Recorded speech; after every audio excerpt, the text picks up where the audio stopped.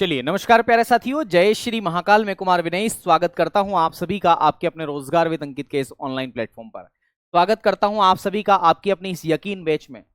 जल्दी से एक बार जुड़ जाएंगे ताकि आज की इस कक्षा की हम विधिवत रूप से शुरुआत कर सकें। बहुत बढ़िया। निर्दोष यादव जी, शिवम, आयुषी, मनीष कुमार पटेल जी, बहुत बढ़िया, पिंकी। चलिए, बाकी लोग भी जल्दी से जुड़ जाएंगे और आज की इस कक्षा की हम विधिवत रूप से शुरुआत करेंगे। अच्छा, लास्ट टाइम मैंने आपको क्या पढ़ाया था? मेरे ख्याल से लास्ट टाइम में वित्तीय बाजार के बारे में आपको पढ़ा रहा था, है ना?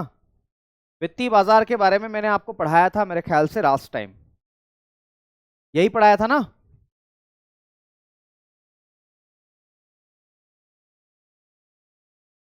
ओके, चलिए।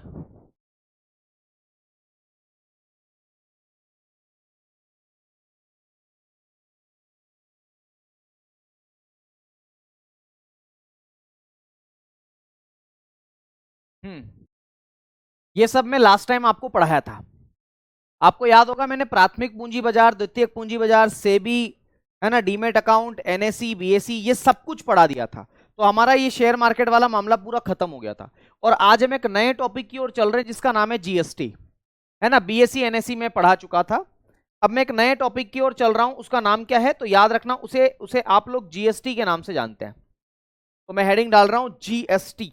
बहुत ही शानदार और बहुत ही महत्वपूर्ण टॉपिक है ये जीएसटी। इसी के पीछे तो गाजे बाजे हैं मेरे दोस्त। आओ जरा जीएसटी के बारे में हम बातचीत करते हैं। अच्छा, जीएसटी का ना फुल फॉर्म हमें सबसे पहले याद करना पड़ेगा। क्यों? क्योंकि सवाल यहां से आए हुए हैं। तो मेरे साथियों, जीएसटी का फुल फॉर्म होता है goods and services tax. Goods, goods का मतलब होता है वस्तु है ना। गुड्स का मतलब होता है वस्तु है। तो गुड्स एंड सर्विसेज टैक्स के नाम से आप इसे जानते हैं। गुड्स एंड सर्विसेज टैक्स, तो वस्तु और सेवा कर के नाम से आप इसे जानते हैं। क्या बोलते हैं जीएसटी को? वस्तु और सेवा कर के नाम से आप इसे जानते हो, है ना। तो जीएसटी यानी कि वस्तु और सेवा कर। जीएसटी क्यों पढ़ना है हमें, क्या कारण है इसका? बहुत सारे कारण है, क्योंकि हर वस्तु और सेवा पर जीएसटी लगता है, इसलिए जीएसटी पढ़ना है। चलो, जीएसटी के अन्य नाम क्या क्या है? अगर आपसे यह पूछा जाए कि इसको और किन किन नामों से जाना जाता है, तो क्या जवाब दोगे? तो जीएसटी के अन्य नामों की मैं बात करूं तो इसे और किन किन नामों से जाना जाता है? जीएसटी एक प्रकार का अप्रत्यक्ष कर है। याद रखना, अप्रत्यक्ष कर का मतलब होता है इनडायरेक्ट टैक्स। तो जीएसटी किस प्रकार का कर है मेरे साथियों? ये एक प्रकार का अप्रत्यक्ष कर है। अप्रत्यक्ष कर का मतलब क्या होता है? इनडायरेक्ट टैक्स के नाम से आप इसे जानते हो। किसके नाम से जानते हैं? इनडायरेक्ट टैक्स के नाम से आप इसे जानते हैं। तो लिखेंगे GST is a indirect tax. Indirect tax, ये कई बार सवाल पूछा गया है मेरे दोस्त, जीएसटी कैसा करे? इनडायरेक्ट टैक्स है। अच्छा, जीएसटी उन्हीं लोगों से लिया जाता है जो वास्तविक रूप से किसी भी वस्तु या सेवा का उपयोग करते हैं, है ना। तो जीएसटी को गंतव्य आधारित कर भी कहा जाता है। डेस्टिनेशन बेस्ड टैक्स आप इसे कह देते हैं। क्या बोल देते हैं इसे? Destination based tax. तो इसे हिंदी में बोलते हैं गंतव्य आधारित कर। गंतव्य आधारित कर आप इसे कह देते हैं।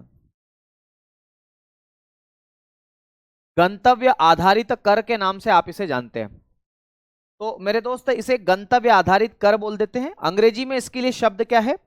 तो डेस्टिनेशन बेस्ड टैक्स के नाम से आप इसे जानते हैं। Destination based tax, destination based tax आप इसे कह देते हैं। गंतव्य आधारित कर आप इसे कह देते हैं। तो डेस्टिनेशन बेस्ड टैक्स के नाम से भी आप इसे जानते हैं। यह भी एक इंपॉर्टेंट शब्दावली है, डेस्टिनेशन बेस्ड टैक्स, क्योंकि ये उसी व्यक्ति से लिया जाता है जिस व्यक्ति के द्वारा किसी भी वस्तु या सेवा का उपयोग किया जाता है। ठीक है। तो मेरे साथियों, पहला नाम मैंने बताया अप्रत्यक्ष कर, इसको गंतव्य आधारित कर बोलते हैं और ये बहुत सारे लेवल पर लगाया जाता है, इसीलिए इसे मल्टी लेवल टैक्स के नाम से जानते हैं। सर, आप परसों इंदौर आए थे, मैंने आपको आवाज भी दी थी तो आवाज दी थी तो भाई बताना चाहिए था ना। इंदौर आया था मैं, बिल्कुल आया था, मैं और राहुल सर दोनों आए थे, है ना। बोलना चाहिए था ना कि मार साहब, मैं अनुराग, है ना। कोई बात नहीं।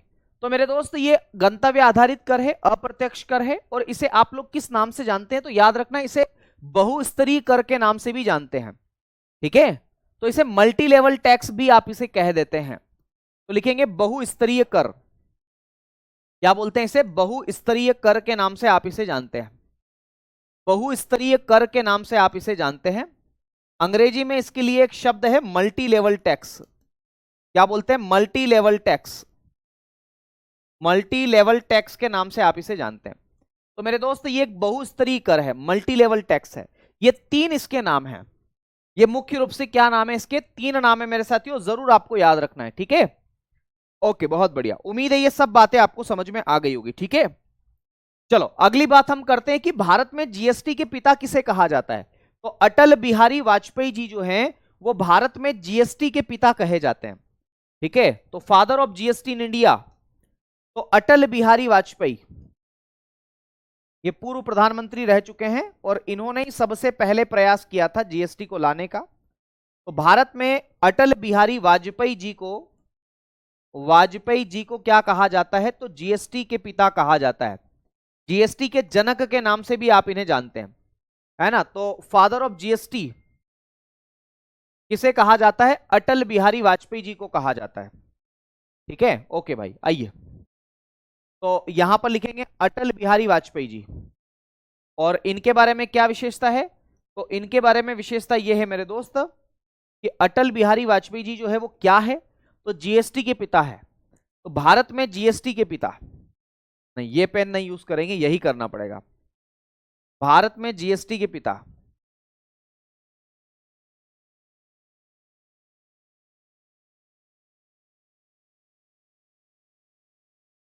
जीएसटी के पिता या जनक भी आप इन्हें कह देते हैं, जनक, है ना। ये क्वेश्चन आया हुआ यूपी पुलिस में, तो आपको यहां भी ध्यान रखना है।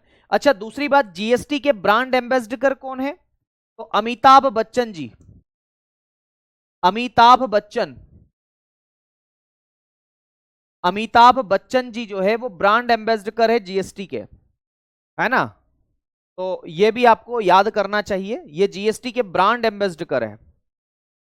पूछा जा सकता है कि जीएसटी के ब्रांड एम्बेसडर कौन है, तो जीएसटी के ब्रांड एम्बेसडर वो कौन है, तो अमिताभ बच्चन जी है, ठीक है। प्रमोशन करने की जिम्मेदारी इनके पास है जीएसटी की। अगली बात, जीएसटी दिवस कब मनाया जाता है, 1 जुलाई को मनाया जाता है। तो 1 जुलाई, 1 जुलाई को क्या मनाया जाता है, जीएसटी दिवस मनाया जाता है, लिखेंगे इसको, 1 जुलाई को क्या मनाया जाता है, जीएसटी दिवस। तो जीएसटी दिवस मनाया जाता है 1 जुलाई को। क्यों मनाया जाता है जीएसटी डे, क्योंकि 1 जुलाई 2017 को भारत में जीएसटी लागू किया गया था, ठीक है। बहुत बढ़िया।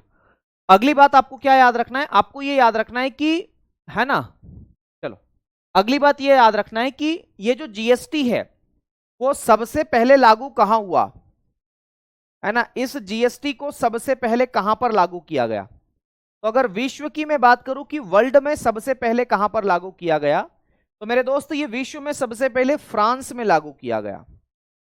कहां पर लागू किया गया, फ्रांस में। कब लागू किया गया था, तो 1954 में फ्रांस में सबसे पहले जीएसटी को लागू किया गया था, है ना। सर थोड़ा जल्दी पढ़ाएं, इससे ज्यादा तो मैं भग नहीं सकता, है ना। आप रिकॉर्डेड देख लो बहना, इससे ज्यादा मेरी स्पीड नहीं है, इससे ज्यादा मेरी स्पीड ही नहीं है, तो मैं कैसे बात करूं, ठीक है।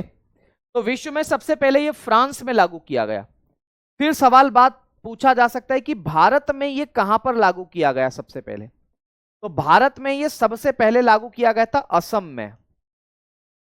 कहां पर लागू किया गया था, असम इसको लागू करने वाला पहला राज्य था भैया। तो भारत में ये असम में लागू किया गया था सबसे पहले, ठीक है। भारत में सबसे पहले, दिल्ली पुलिस की क्लास है, और भारत में सबसे पहले मेरे दोस्त ये कहां पर लागू किया गया था, असम में लागू किया गया था, असम में, है ना। तो पहला राज्य आपका असम है। वहीं पर दूसरा राज्य कौन सा है आपका जिसमें जीएसटी को लागू किया गया, तो बिहार राज्य है जहां पर जीएसटी को लागू किया गया। और अगर पूछा जाए कि अंतिम राज्य कौन सा है, अंतिम, तो याद रखना है मेरे साथियों, अंतिम राज्य की मैं बात करूं तो जम्मू और कश्मीर जीएसटी को लागू करने वाला अंतिम राज्य है। तो जम्मू और कश्मीर, अब तो ये राज्य की श्रेणी में नहीं रहा, लेकिन आपको याद रखना पड़ेगा, ठीक है। ये जीएसटी के बारे में। फिर इतनी बातें आपको समझ में आ गई तो एक बात और सुन लो कि भारत में जीएसटी को कब लागू किया गया। तो भारत में जीएसटी को लागू किया गया मेरे साथियों 1 जुलाई 2017 को। तो 1 जुलाई 2017 को भारत में जीएसटी को लागू किया गया। ओके, और इसी दिन जीएसटी दिवस मनाया जाता है। यह बात याद रखना है भैया, ऐसे सवाल आपकी परीक्षा में आते हैं तो पूछे जाते हैं। अच्छा, फिर सवाल पूछा जा सकता है, बताओ कौन सी समिति की सिफारिश पर भारत में जीएसटी लागू किया गया। तो इसको मेरे साथियों एक समिति के द्वारा रिकमेंडेशन की गई थी। उस समिति का नाम क्या था, तो याद रखना, उसका नाम था, क्या नाम था, उसका नाम था विजय केलकर टास्क फोर्स। विजय केलकर समिति भी बोल सकते हैं। दरअसल विजय केलकर के साथ में और भी लोग थे, इसीलिए उसे विजय केलकर टास्क फोर्स के नाम से जानते हैं। तो मैं आपको यहां पर बता दूं, विजय केलकर टास्क फोर्स, विजय केलकर, विजय केलकर टास्क फोर्स ही लिखें आप भी, टास्क फोर्स, विजय केलकर टास्क फोर्स। इस समिति की सिफारिश पर भारत के अंदर जीएसटी को लागू किया गया था भाई साहब। ओके, तो भारत में जीएसटी को लागू करने की सिफारिश किसके द्वारा की गई, तो जीएसटी की सिफारिश मेरे साथियों विजय केलकर टास्क फोर्स के द्वारा की गई। फिर सवाल पूछा जा सकता है कि जीएसटी के लिए ड्राफ्टिंग किसने बनाई, इसका ड्राफ्ट किसने तैयार किया, ड्राफ्टिंग, इसका प्रारूप किसके द्वारा बनाया गया। तो मेरे साथियों जीएसटी का प्रारूप कि जीएसटी कैसा होगा, तो जीएसटी का प्रारूप किसके द्वारा बनाया गया, प्रारूप का मतलब होता है ड्राफ्ट। तो मैं आपको बताना चाहता हूं कि जीएसटी की जो ड्राफ्टिंग है वो एक समिति के द्वारा की गई थी, उसका नाम है असीम दास गुप्ता समिति। क्या नाम है, असीम दास गुप्ता समिति। तो असीम दास गुप्ता समिति नाम है उनका, असीम दास गुप्ता समिति के द्वारा मेरे दोस्त इसकी ड्राफ्टिंग तैयार की गई थी कि जीएसटी कैसा होगा, है ना, जीएसटी कैसा होगा। आ गई बात समझ में इतनी सारी, ये सारी बातें इंपॉर्टेंट है, ठीक है, बहुत बढ़िया, शानदार। चलो आगे बढ़ते हैं, क्या बात है। अच्छा, सवाल पूछा जा सकता है कि कुल कितने करों को जीएसटी में शामिल किया गया। तो कुल मिलाकर के 17 टैक्सेस को जीएसटी में शामिल किया गया, है ना। टारगेट डीपी, मैं आपका जवाब आपको लास्ट की क्लास में दूंगा। टारगेट डीपी का सवाल है, सर स्टीमर भैया लैपटॉप में क्लास क्यों नहीं चल रही है, अभी एप्लीकेशन में कुछ दिक्कत आ रही है ना, तो इसलिए नहीं चल रही, बाकी चल जाएगी, ठीक है। तो अभी मोबाइल में ही देख लो आप लोग।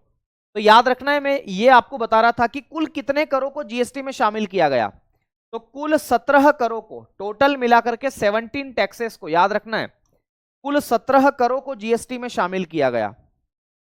तो कुल 17 करों को, यानी कि टैक्स को, है ना, कुल 17 करों को जीएसटी में शामिल किया गया, को जीएसटी में शामिल किया गया, कुल 17 करों को जीएसटी में शामिल किया गया, शामिल किया। तो including 7 indirect taxes in GST. तो याद रखना है, कुल मिलाकर के 17 करों को जीएसटी में शामिल किया गया। यह भी एक इंपॉर्टेंट बात है, जरूर याद रखना।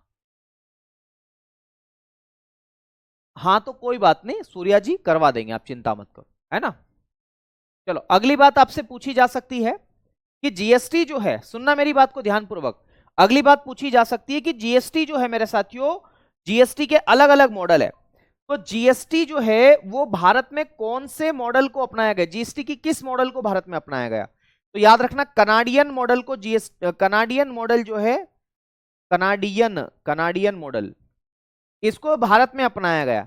तो भारत में कनाडियन मॉडल को अपनाया गया, कनाडियन मॉडल, कनाडा का जो जीएसटी का मॉडल है उसी मॉडल को भारत में अपनाया गया।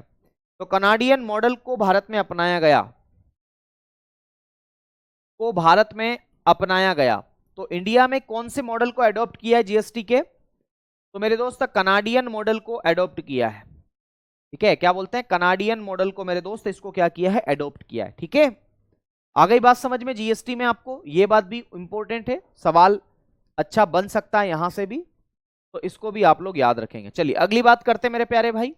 अगली बात क्या बात है मेरे साथियों, जीएसटी से संबंधित। तो जीएसटी से संबंधित अगली बात आपकी ये है मेरे दोस्त, ये जो जीएसटी है इसका स्लोगन क्या है, स्लोगन, है ना।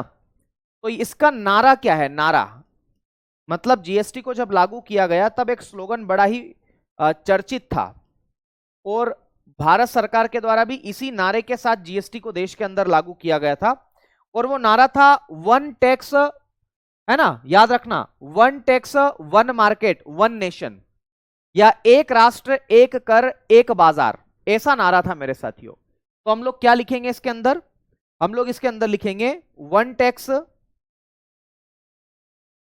पहले अंग्रेजी में ही लिख देते हैं, चलो, one tax one market, one tax one market one nation, one nation के नाम से आप इसे जानते हैं, ठीक है, one tax one market one nation. और इसी को हम हिंदी में बोलते हैं एक कर एक बाजार, एक कर एक बाजार एक राष्ट्र,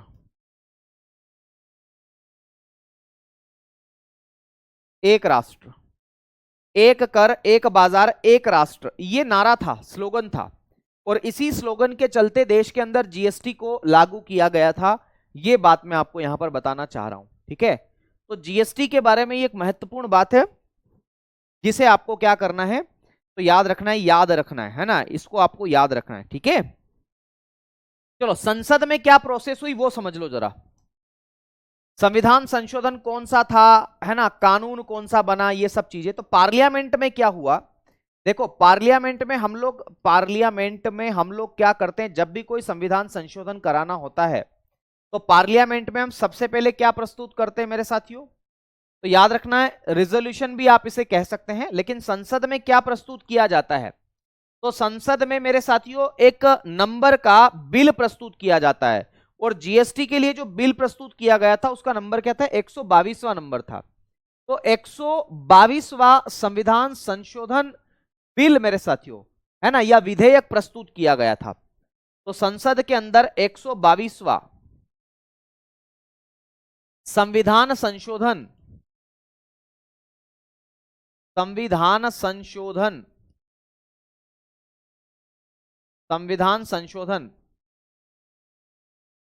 बिल या विधेयक भी आप इसे कह सकते हैं, और इसी को मेरे साथियों बिल कह देते हैं, यह प्रस्तुत किया गया था 122वें नंबर का। तो 122वां संविधान संशोधन बिल मेरे साथियों यहां पर प्रस्तुत किया गया था और यह 2016 का था, याद रखना है, कब का था ये, 2016 का था। तो इसमें आपको क्या याद रखना है, 2016 भी याद रखना है, पूछा जा सकता है ये बिल या विधेयक जो था ये कब का था, तो ये 2016 का था। सबसे पहले इसको पारित किया गया था राज्यसभा में, है ना, याद रखना है, इस बिल को सबसे पहले कहां पर पारित किया गया, तो राज्यसभा में इसको पारित किया गया, राज्यसभा में इसको क्या किया गया था, पारित किया गया था। तो राज्यसभा में कब पारित किया गया था, सवाल पूछा जा सकता है। तो मेरे दोस्त मैं आपको बताना चाहता हूं कि इसको पारित किया गया था राज्यसभा में। देखना, पारित का मतलब होता है पास करना, ये बिल रखा गया तो इस बिल को पास किया गया। तो बोले पास कहां पर किया गया, तो सबसे पहले इस बिल को पास किया गया था मेरे साथियों राज्यसभा में। कहां पर पास किया गया था, इसको राज्यसभा में पास किया गया। और राज्यसभा में कब पास किया गया था, तो 3 अगस्त 2016 को पास किया गया था। कब पास किया गया था, 3 अगस्त 2016 को पास किया गया था, 3 अगस्त 2016 को पास किया गया था, पारित किया गया था ना, पास किया गया, एक ही बात है। दूसरी बात मेरे साथियों, ये राज्यसभा से जब पारित हो गया, पास हो गया, तो फिर कहां आएगा, डेफिनेटली ये लोकसभा में आएगा। तो फिर मेरे साथियों ये लोकसभा में आया, कहां पर आया, लोकसभा में। आप सबने पॉलिटी में पढ़ा होगा कि लोकसभा जो है वो निम्न सदन है। कैसा सदन है, निम्न सदन। और राज्यसभा जो है वो उच्च सदन है, आपने सुना होगा ना मेरे साथियों। तो ये लोकसभा में 8 अगस्त 2016 को पारित किया गया था। कब पारित किया गया, 8 अगस्त 2016। बहुत जल्दी जल्दी काम हुआ मेरे दोस्त। तो 8 अगस्त 2016 जब ये यहां से पारित हो जाता है ना दोनों सदनों से, उसके बाद में इस पर राष्ट्रपति जी के हस्ताक्षर होते हैं। किसके हस्ताक्षर होते हैं, तो राष्ट्रपति महोदय के हस्ताक्षर होते हैं। तो याद रखना पारित होने के बाद में ये किसके हस्ताक्षर होंगे? राष्ट्रपति जी के हस्ताक्षर। तो राष्ट्रपति जी के हस्ताक्षर, अगला लिखेंगे राष्ट्रपति जी के हस्ताक्षर इस पर कब किए गए? तो राष्ट्रपति जी के हस्ताक्षर। आप लोग कमेंट करके बताइए उस समय राष्ट्रपति कौन थे? राष्ट्रपति के हस्ताक्षर की हम बात करें तो मेरे साथियों राष्ट्रपति जी के हस्ताक्षर किए गए थे 8 सितंबर को।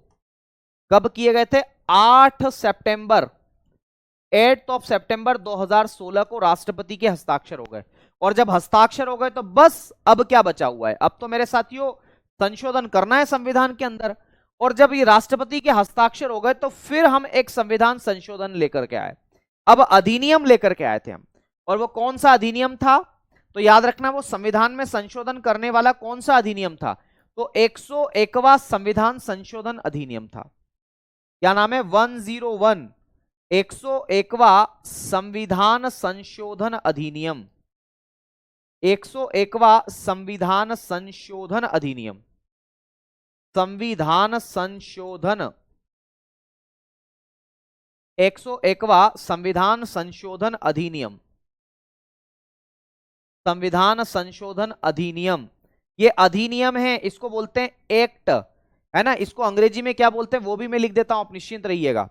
इसको बोलते हैं 101 कॉन्स्टिट्यूशनल अमेंडमेंट एक्ट, आप इसे कहते हैं। क्या बोलते हैं? 101 constitutional amendment act, constitutional amendment act आप इसे कहते हैं। ये विधेयक है, सॉरी ये अधिनियम है, विधेयक नहीं है। विधेयक का मतलब तो बिल होता है। और ये कब का था? तो याद रखना ये भी 2016 का ही था, है ना। ये कब का था? 2016 का ही था, पूछा जाता है। तो ये विधेयक नहीं है, ये अधिनियम है, एक्ट है। ये क्या है मेरे दोस्त? ये एक्ट है। ओके, ये एक्ट है, 2016 में ही था, ठीक है। एक्ट है मेरे साथियों, एक्ट। और इस एक्ट को लेकर के आए और जीएसटी के अंतर्गत रूपरेखा बनाई। तो पूछा जा सकता है कि जीएसटी से संबंधित कौन सा संविधान संशोधन अधिनियम है या बिल कौन सा है? तो अंतर है, ठीक है। बहुत बढ़िया, आगे बढ़े। चलो इससे आगे की हम चर्चा करते हैं। ये इतनी बातें आपको समझ में आ गई? कुल मिलाकर के सारी बातें मैंने बताई है, ये बहुत ही इंपॉर्टेंट है। सवाल यहां से आपकी परीक्षा में पूछे गए हैं, तो इसलिए आप इसे हल्के में मत लेना, ठीक है। चलो अब मैं आपको थोड़ी सी कुछ आगे की बातें बताता हूं, रूपरेखाएं बताता हूं, क्या क्या चीजें हैं। देखो इसके अंदर हमें यह बात ध्यान रखना पड़ेगी मेरे साथियों, जीएसटी के अंदर सबसे पहले तो कि जीएसटी की स्लैब कितनी है ना, क्योंकि सवाल यहां से बनते हैं। जीएसटी स्लैब, तो आइएगा जरा अगली बात मैं करता हूं मेरे साथियों जीएसटी स्लैब के बारे में, कि जीएसटी की स्लैब कितनी है। जीएसटी स्लैब रेट भी आप इसे कह देते हैं, जीएसटी स्लैब रेट, है ना। तो मैं यहां पर लिखता हूं जीएसटी स्लैब,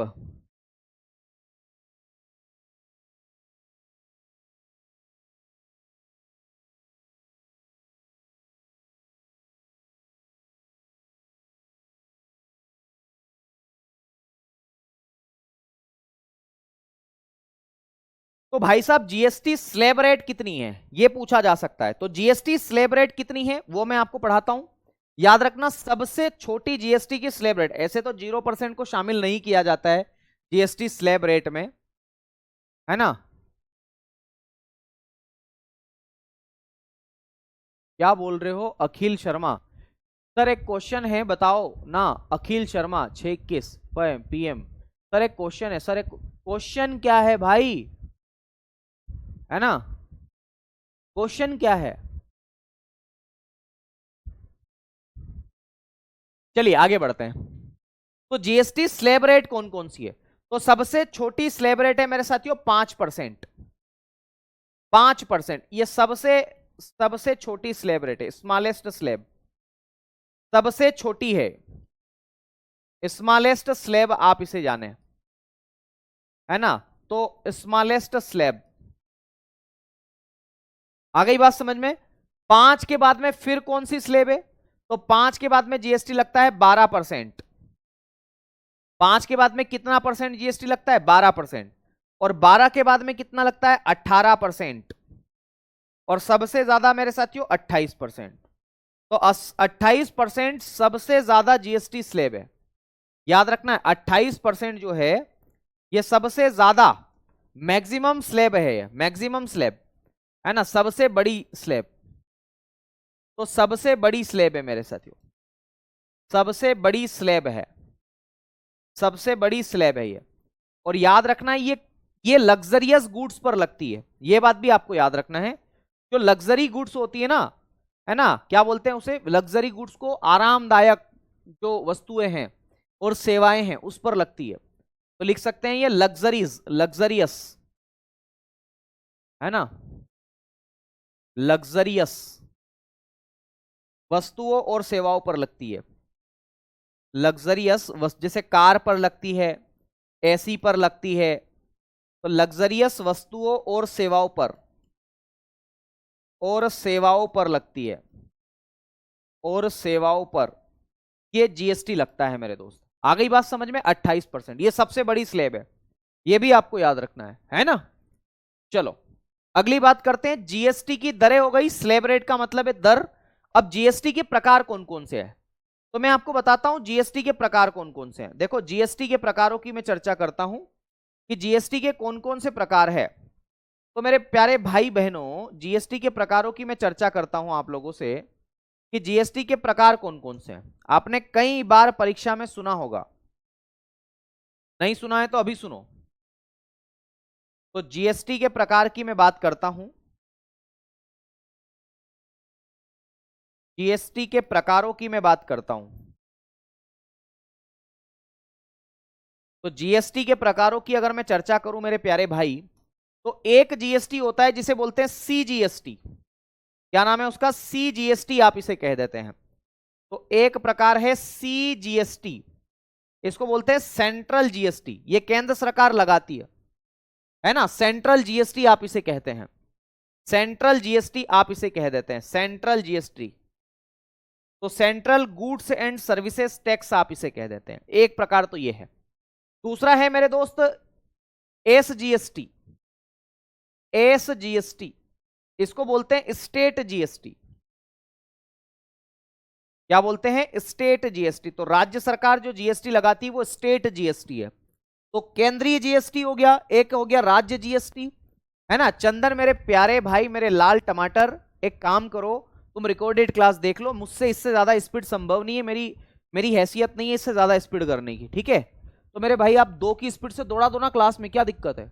ऐसे दौड़ाओ यार, आज की क्लास कल देख लेना, ऐसे दौड़ाओ, बिल्कुल ऐसे दौड़ाओ, 2 की स्पीड में दौड़ाते जाओ, ठीक है। तो वो कर लेना, पर मैं इससे ज्यादा नहीं बढ़ा सकता। इकोनॉमिक्स विषय ही ऐसा है, मेरे को सिलेबस खत्म नहीं करना है, मेरे को आपको पढ़ाना है, अच्छे से पढ़ाना है, ठीक है। तो मैं इससे ज्यादा स्पीड नहीं ले सकता भाई, ये ध्यान रखना। आप बार बार एक ही कमेंट करने से कुछ नहीं होगा, बस मार साहब का दिमाग खराब होगा उससे, ठीक है। तो मार साहब को अपनी इफिशियंसी के साथ पढ़ाने दो, आप अपना ज्ञान गणित यहां मत लगाओ। इससे अच्छा है कि रिकॉर्डेड देख लो आप, ज्यादा बेस्ट है, क्योंकि आपके एक के चक्कर में मैं बाकी का नुकसान नहीं कर सकता ना। चलो अगला लिखो यूटीजीएसटी। ये सब चीजें ना दिमाग मतलब विचलित कर देती है, जो मैं पढ़ा रहा हूं वो उससे तो पता नहीं कहां ही जाएंगे हम। यूटीजीएसटी, प्लीज ऐसे कमेंट्स मत करा करो, या तो मैं कमेंट्स देखना ही बंद कर दूंगा आप लोगों के। मैं चाहता हूं कि यार कोई दिक्कत वाली बात हो तो देख लें उसको। अच्छी है इतनी स्पीड, हाँ बिल्कुल, कई लोगों का कमेंट आ रहा है, बहुत बढ़िया।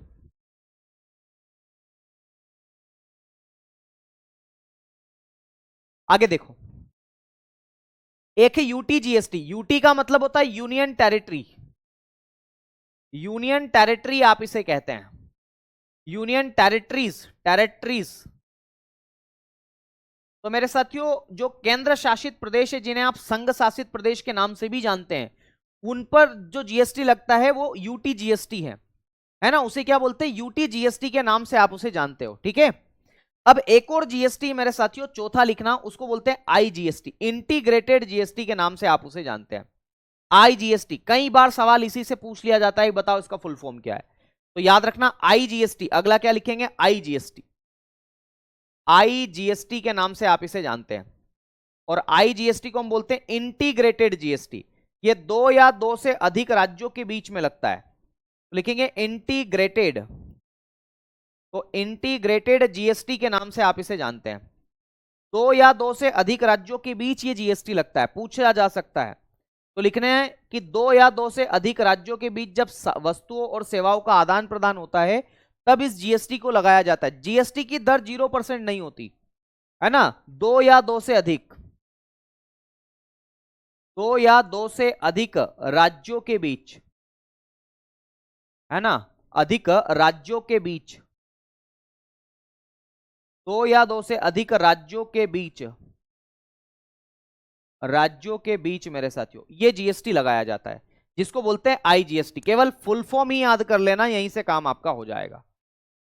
ओके, तो प्लीज इतना भर तो कम से कम आपको याद रखना है, इतना भर आपको कम से कम याद रखना है। इसके आगे की चीजें मैं अब आपको करवाता हूं, ठीक है। बहुत बढ़िया, चलो बहुत बढ़िया, शानदार। चलो, एक होता है GST IN number. GST IN का फुल फॉर्म होता है GST goods and services tax, और आईएन का मतलब होता है ना, आइडेंटिफिकेशन नंबर। तो याद रखना है जीएसटी आईएन नंबर। अरे भाई मैं कहीं कोई गुस्सा नहीं हो रहा हूं, मैं क्यों गुस्सा होऊंगा ये बताओ, है ना, मैं काहे गुस्सा होऊंगा। हमें कोई गुस्सा नहीं होना है, और मैं गुस्सा नहीं हूं, मेरे बोलने का स्टाइल ही ऐसा है। जीएसटी आईएन नंबर, देखो जीएसटी आईएन नंबर क्या है। तो देखो जीएसटी का मतलब तो होता है गुड्स एंड सर्विसेज टैक्स, और आईएन का मतलब होता है आइडेंटिफिकेशन नंबर, है ना। तो क्या लिखेंगे, GST identification number, GST identification number, identification number, GST identification number के नाम से आप इसे जानते हो। तो जीएसटी आइडेंटिफिकेशन नंबर बोल देते हैं आप इसे, जीएसटी आइडेंटिफिकेशन नंबर, है ना। तो जीएसटीएन नंबर आप इसे कहते हैं, GST IN number, GST identification number. पूछा जाता है कितने अंकों का होता है ये जीएसटी आईएन नंबर, तो मेरे दोस्त याद रखना है ना। इस इसका जवाब क्या है, तो याद रखना ये 15 अंकों का होता है, ठीक है, 15 अंकों का, 15।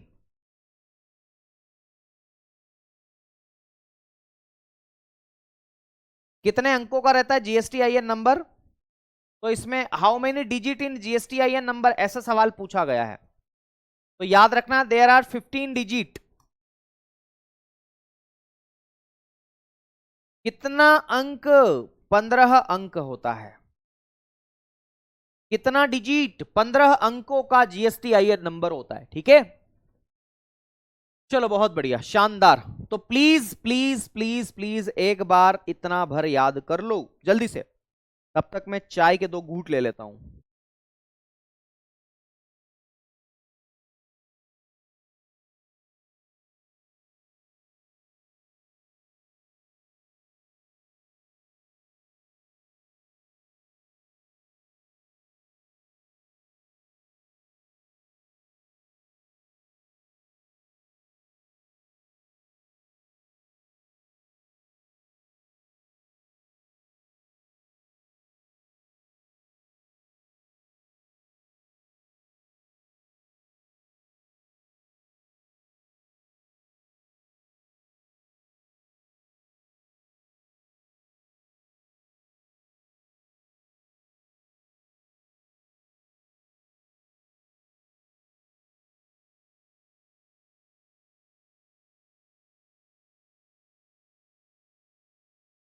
बहुत बढ़िया।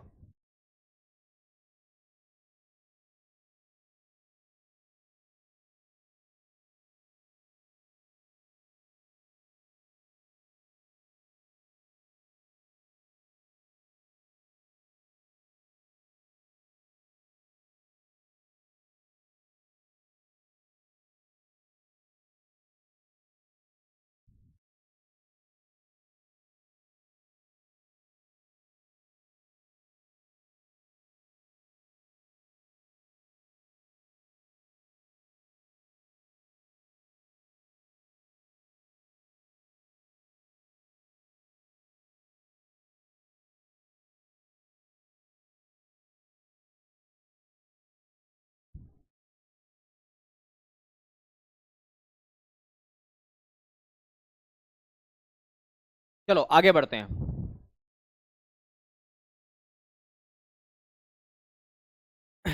चलिए, अगली एक संस्था के बारे में हमें पढ़ना है और वो है जीएसटी काउंसिल। तो अगला हेडिंग डालेंगे जीएसटी काउंसिल के नाम से। तो मैं यहां पर हेडिंग डालता हूं जीएसटी काउंसिल।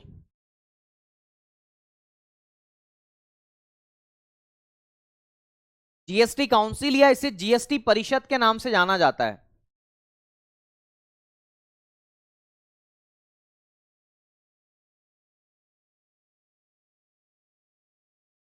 जीएसटी काउंसिल या इसी को जीएसटी परिषद के नाम से जाना जाता है।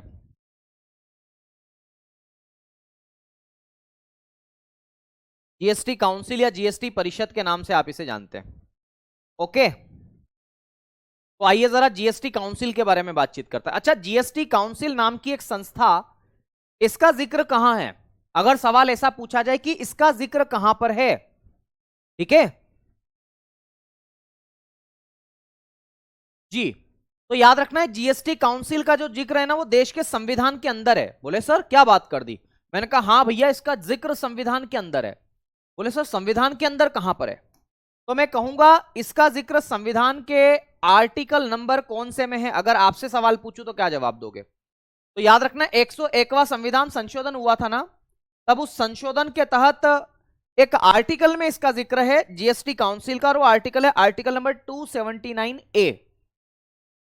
तो इसमें मैं आपको बताना चाहूंगा इसका जो जिक्र है वो आर्टिकल नंबर 279 और कैपिटल ए आपको लिखना है। स्मॉल ए और कैपिटल ए में अंतर होता है। क्या अंतर होता है मैं आपको बता दूंगा, पर फिलहाल आपको यह याद रखना है कि स्मॉल ए का मतलब होता है जो मूल रूप से संविधान के अंदर हो, और कैपिटल ए का मतलब होता है जो संविधान में संशोधन के द्वारा जोड़ा गया हो। है ना, आपने पॉलिटी में पढ़ा होगा। तो मेरे साथियों, जीएसटी काउंसिल की जो परिभाषा है या इसका जो जिक्र है वो इसमें आर्टिकल नंबर 279A में है ना। तो इसमें मेरे साथियों इसकी परिभाषा है कि जीएसटी काउंसिल क्या है। तो बस जीएसटी काउंसिल का गठन इसमें बताया गया है कि जीएसटी काउंसिल का गठन होगा या गठन किया जाएगा, इसको कॉन्स्टिट्यूट किया जाएगा। अब आपसे सवाल यह पूछा जा सकता है कि इसका गठन किसके द्वारा किया गया? तो जीएसटी काउंसिल का गठन मेरे साथियों राष्ट्रपति जी के द्वारा किया गया है। इसको किसके द्वारा कॉन्स्टिट्यूट किया गया? कॉन्स्टिट्यूट बोलते हैं। तो इसको राष्ट्रपति जी के द्वारा गठित किया गया है। ठीक है, तो हम लिखेंगे राष्ट्रपति द्वारा, राष्ट्रपति जी द्वारा। तो इसका गठन किसके द्वारा किया गया? तो प्रेसिडेंट महोदय के द्वारा। तो राष्ट्रपति जी, तो राष्ट्रपति जी द्वारा इसका क्या किया गया? गठन किया गया। बोले कब किया गया? तो 12 सितंबर को किया गया मेरे साथियों। 12 सितंबर को इसका गठन किया गया 2016 में। तो याद रखना है 12 सितंबर 2016 में इसका गठन किया गया। कब किया गया था? तो 12 सितंबर 2016, 12 सितंबर 2016 को जीएसटी काउंसिल का गठन किया गया था। ठीक है, बहुत बढ़िया। हिंदी में शुद्ध आगम बोलते हैं क्या इसको? अखिल भाई आप लगातार एक ही कमेंट कर रहे हो। अगर आरबीआई बहुत ज्यादा मात्रा में नोट प्रिंट करे तो गरीबी क्यों नहीं खत्म कर देती? इसका जवाब अगर आपने मुद्रा और बैंकिंग वाला टॉपिक पढ़ लिया होगा तो जवाब मिल गया होगा। पेट्रोल और जीएसटी, पेट्रोल पर जीएसटी क्यों नहीं लगाया जाता? ये तो जीएसटी काउंसिल निर्णय लेगी कि किस पे कब लगाना है, क्या करना है ना। चलो आगे बढ़ते हैं। अब देखो इसके अध्यक्ष कौन होते हैं? जीएसटी काउंसिल के अध्यक्ष कौन होते हैं? सवाल तो ये भी आता है। तो अगला बिंदु लिखेंगे जीएसटी काउंसिल के अध्यक्ष के बारे में। तो जीएसटी काउंसिल के अध्यक्ष के बारे में हम चर्चा करें। अध्यक्ष का मतलब होता है चेयरमैन। तो इसके अध्यक्ष के बारे में हम चर्चा करें, जीएसटी काउंसिल के अध्यक्ष के बारे में। तो याद रखना केंद्रीय वित्त मंत्री इसका अध्यक्ष रहता है ना। क्या नाम है? केंद्रीय वित्त मंत्री। केंद्रीय वित्त मंत्री इसका अध्यक्ष होता है। केंद्रीय वित्त मंत्री इसका अध्यक्ष होता है। केंद्रीय वित्त मंत्री इसका अध्यक्ष होता है। है ना। इसका अध्यक्ष कौन होता है? तो केंद्रीय वित्त मंत्री इसका अध्यक्ष होता है। फिर आपके मन में यह सवाल बन सकता है, कैसा सवाल बन सकता है कि सर अगर केंद्रीय वित्त मंत्री इसका अध्यक्ष है तो बताओ इसका पहला अध्यक्ष कौन था? भाई सवाल तो आ सकता है ना। तो फिर क्या जवाब देना है? तो याद रखना इसके पहले अध्यक्ष जो थे वो अरुण जेटली जी थे। ठीक है, तो याद रखना है इसके अध्यक्ष की हम चर्चा करें तो इसके अध्यक्ष जो है वो केंद्रीय वित्त मंत्री है, केंद्रीय वित्त मंत्री। और अगर पहले अध्यक्ष की मैं चर्चा करूं तो अरुण जेटली। फर्स्ट इसके चेयरमैन कौन थे? अरुण जेटली।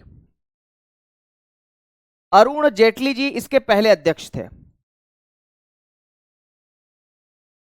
जो अब नहीं रहे। स्वर्गीय अरुण जेटली जी आप लोग लिखें तो ज्यादा अच्छा रहेगा। खैर, वर्तमान इसके अध्यक्ष कौन है? तो वर्तमान में इसके अध्यक्ष निर्मला सीतारमण जी। आपको पता है निर्मला सीतारमण जी ने लगातार कितनी बार बजट पेश किया है? 8 बार बजट पेश कर चुके हैं लगातार। ठीक है, तो मेरे साथियों वर्तमान में कौन है? निर्मला सीतारमण जी। निर्मला सीतारमण जी।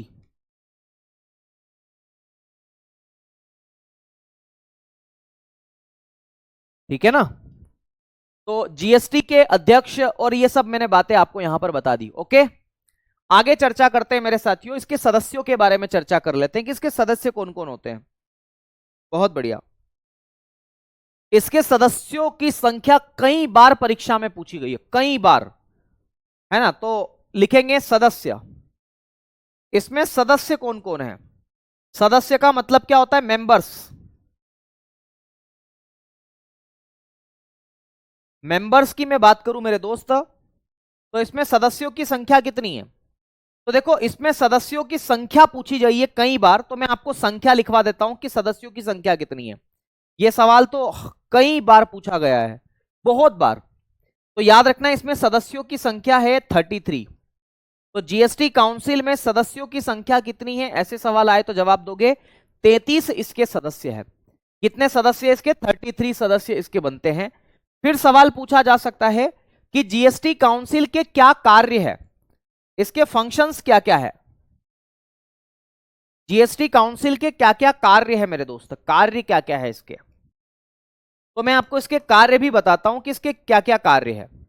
तो जीएसटी काउंसिल के कार्यों में सबसे पहली बात आपको तो यह बात याद रखना है कि कौन कौन सी वस्तुओं पर कितना जीएसटी लगेगा, इसका निर्धारण जीएसटी काउंसिल करती है ना। फिर किस वस्तु और किस सेवा को जीएसटी के दायरे में रखना है, इसका निर्धारण भी यही करती है। जीएसटी के दायरे से किसको किस कब भगाना है, इधर उधर करना है, यह भी जीएसटी काउंसिल ही निर्धारित करती है। तो मेरे दोस्त सिंपल सा एक कार्य मैं आपको बताता हूं कि जीएसटी दरों का निर्धारण करना, पहला याद रखना जीएसटी दरों का निर्धारण करना, जीएसटी दरों का निर्धारण। तो determine the GST rate on the goods and services. तो किसी भी वस्तु और सेवा पर जीएसटी दरों का निर्धारण, ऐसा लिखे ज्यादा सही होगा, है ना। तो वस्तुओं और सेवाओं पर जीएसटी दरों का निर्धारण करना, यह ज्यादा सही है ना। तो लिखेंगे वस्तुओं और सेवाओं पर, वस्तु एवं सेवाओं पर, वस्तु एवं सेवाओं पर जीएसटी दरों का निर्धारण करना। ठीक है, तो वस्तु एवं सेवाओं पर जीएसटी दरों का निर्धारण करना, पहला तो आपको यह याद रखना है। दूसरा क्या कार्य है इसका? तो दूसरा एक और कार्य आप लिखना कि किन वस्तु पर कितना जीएसटी लगेगा, ये सब ऊपर का ही मामला है। ठीक है, तो जीएसटी से बाहर किन वस्तुओं को रखना है, इसका भी निर्धारण करना। तो जीएसटी के अंदर, जीएसटी के अंदर एवं बाहर, जीएसटी के अंदर एवं बाहर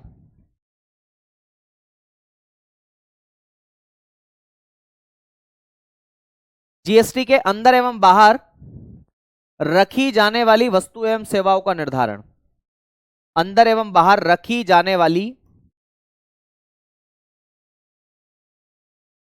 वस्तुओं का निर्धारण। हालांकि वस्तुओं में वस्तु और सेवा दोनों आ जाती है।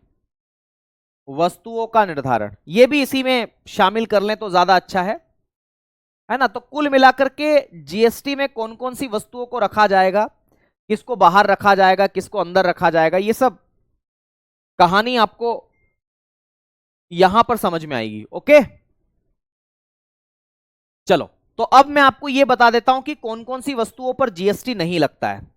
तो जीएसटी के बाहर कौन कौन सी वस्तुएं हैं, और जीएसटी के बाहर जो जो वस्तुएं हैं उन पर उनको अंदर लेने का अधिकार जीएसटी काउंसिल के पास में ही, इनकी इच्छा होगी तो ये रख लेंगे।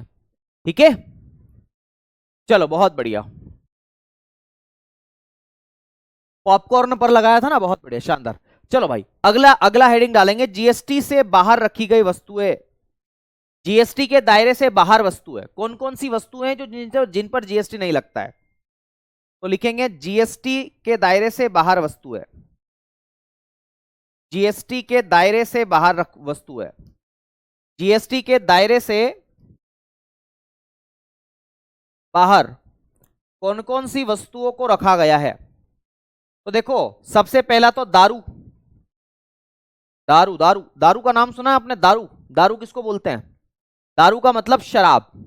तो शराब पर जीएसटी नहीं लगती है, लेकिन कब से लगेगी, कौन इसका निर्धारण करेगा, इसकी जानकारी मेरे साथियों जीएसटी काउंसिल ही दे सकती है ना? क्या लिखे हैं? शागिरी पर भी जीएसटी लगी है क्या? क्या कहना चाह रहे हो बहना भाई जो भी है?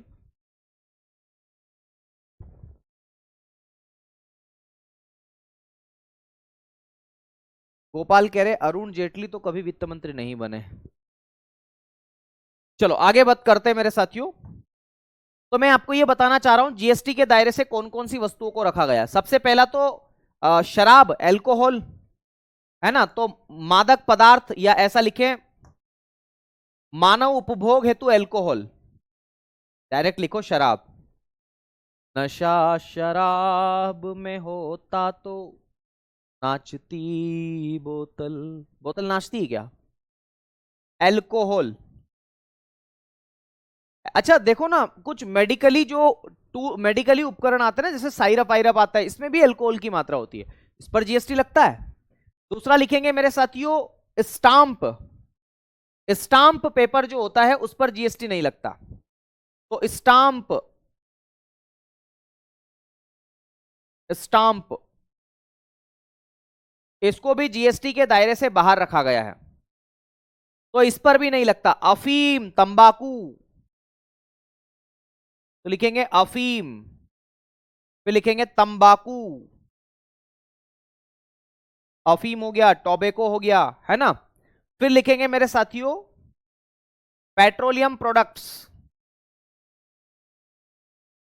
पेट्रोलियम प्रोडक्ट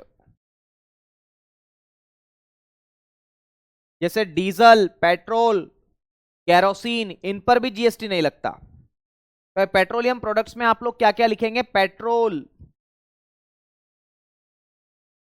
डीजल, है ना, kerosene, crude oil, crude oil, है ना, केरोसिन, और यही लिख ले पेट्रोल डीजल, इन पर भी जीएसटी नहीं लगता, ये भी जीएसटी के दायरे से बाहर है। ओके, बहुत बढ़िया, शानदार। हाँ हाँ बिल्कुल, बिल्कुल आप वायुयान का ईंधन भी लिख सकते हैं, वो भी पेट्रोलियम प्रोडक्ट के अंतर्गत ही आता है। एविएशन फ्यूल आप इसे कह देते हैं दरअसल, एविएशन फ्यूल। तो एविएशन फ्यूल, वायुयान ईंधन आप इसे कह देते हैं, बिल्कुल सही है, इस पर भी नहीं लगता, है ना? एविएशन फ्यूल आप लिख सकते हैं। नेचुरल गैस भी आप लिख सकते हैं, प्राकृतिक गैसों पर भी नहीं लगता, तो नेचुरल गैस भी आप लिख सकते हैं। ओके, तो ये जीएसटी के दायरे से बाहर की वस्तुएं हैं, इनको आपको नोट डाउन करना है। ओके, चलो भाई बताओ एक बार।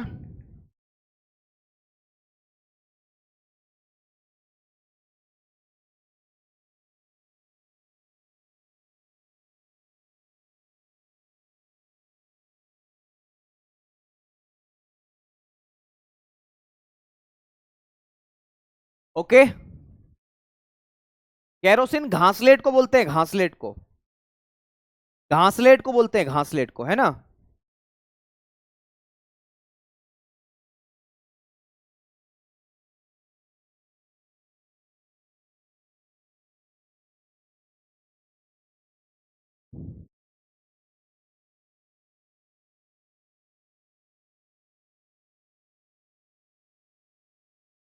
ठीक है, चलो एक बात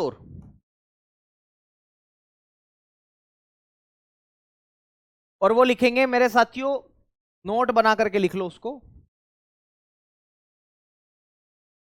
कर्मचारियों के वेतन पर जीएसटी नहीं लगता। ये पता नहीं क्यों नोट में बनवा रहा हूं, क्योंकि एक क्वेश्चन आया हुआ है ना। तो लिखेंगे कर्मचारियों के वेतन पर जीएसटी नहीं लगता।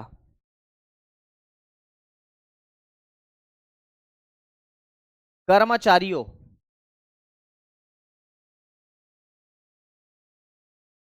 के वेतन पर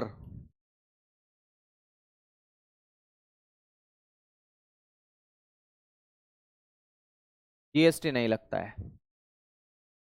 ओके, और भी चीजें हैं यार, पर ठीक है इतना। तो ये जीएसटी वाला टॉपिक हमारा हो गया। अब कल क्या पढ़ेंगे, देखो कल मेरी एग्जाम है मेरे प्यारे भाई। तो कल हम लोग क्या करेंगे, क्लास को थोड़ा सा डिले शुरू करेंगे। मतलब 6 बजे क्लास होती है, तो संभावना है कि आपकी क्लास 6:15 तक शुरू होगी। 6:15 तक लगभग लगभग मैं आपकी क्लास शुरू करूंगा, है ना। 6:15 या 20 तक मेरी एग्जाम है बीएड की, मैं बीएड भी कर रहा हूं। तो उसकी एग्जाम है, तो 6 बजे वहां से छुट्टी होगी। फिर पता नहीं क्या रामायण वहां हो कॉलेज में, पता ही अलग अलग रूल चलते हैं। तो 6:15 या 6:20 को मैं क्लास शेड्यूल कराऊंगा। कल की क्लास में लगभग आधे घंटे 40-50 मिनट की लूंगा, है ना, पर कल की क्लास लूंगा।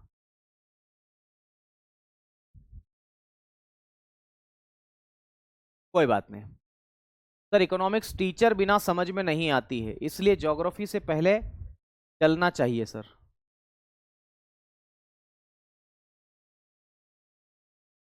बहुत बढ़िया। ये शागिरी क्या लिख रहे हो प्रियंका? शाहगिरी सब्जी? नहीं समझ पा रहा हूं मैं ये। नहीं नहीं, आर्टिकल 27 नहीं बताया, 2279 बताया है। आपने गलत पढ़ लिया होगा वो। ठीक है, ओके, चलिए आज के लिए इतना ही करते हैं। उम्मीद है आपको चीजें पसंद आई होगी, समझ में भी आई होगी। बाकी आपसे पढ़ेंगे, मतलब आपसे मिलेंगे कल शाम को। मैंने आपको पूरी कहानी समझा दी है ना, कि कल मेरी क्लास डिले क्यों होगी। मैं चाहता तो कल की क्लास हटवा भी लेता, लेकिन नहीं, कर लेते हैं क्लास, मैं आ जाऊंगा और समय पे आ जाऊंगा, चिंता मत करना। तो 6:20 तक आपकी क्लास होगी, और परेशान मत होइएगा आप लोग, क्लास का इंतजार करते रहना, है ना। क्लास लूंगा मैं कल। चलिए, नमस्कार, शुक्रिया, धन्यवाद, जय महाकाल, राधे राधे, जय श्री महाकाल, राधे राधे।